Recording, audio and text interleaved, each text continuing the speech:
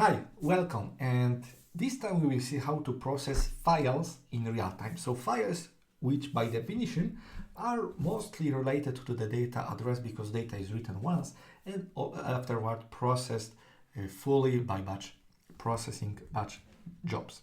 Key takeaway from this lesson is to remember that even though files are static, a data processing framework can make them dynamic. So let's see together how.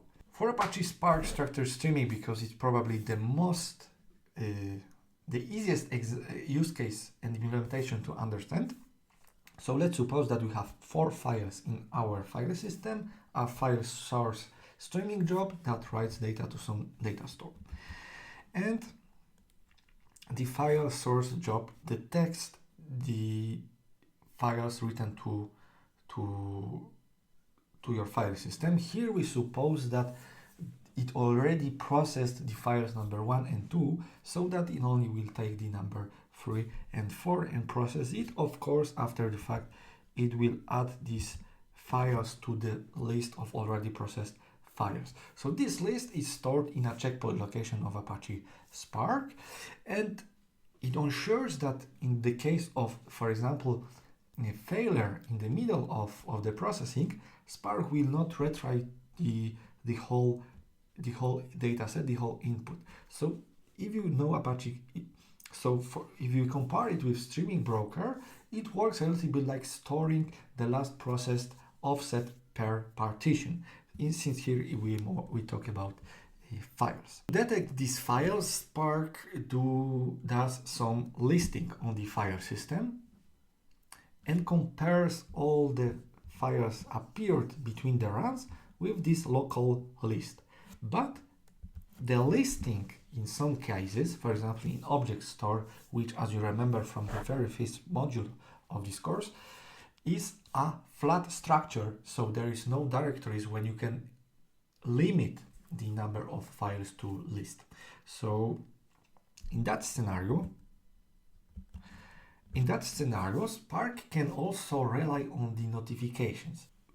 It's very often implemented in cloud providers, where every object creation in the object store sends a notification to some queue. And Apache Spark, instead of doing the list and filter on this input, simply listens the changes in real time and process them in the job as a part of file source job type and writes it to the storage. And despite all this processing capability of this dynamization of static data, there are some gotchas for this specific data source. So the I/O overhead, because Spark will need to split the files, so open it in many, probably parallel and concurrent tasks. There is also the compression fact, as you remember from the previous module. Not all compression formats can be parallelized, meaning that if you use, for example, a gzip format, you will need to think about one task processing one file. And also all these consequences that can be produced by the compressed files, like for example, the need to decompress them and to store the result on local and memory. And finally, this famous listing. So the listing can be costly, especially in the object stores where there is no this folder aspect. If you have this folder aspect, if you do some list, you can directly go to this specific subfolder.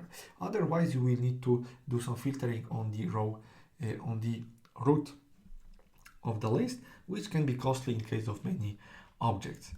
However, if you have files, this approach can really help you to process them in parallel. You don't need to write batch jobs for that, but be aware of the gotchas and all the internal mechanism, how does it work under the hood. Thanks for watching and see you in the next lesson.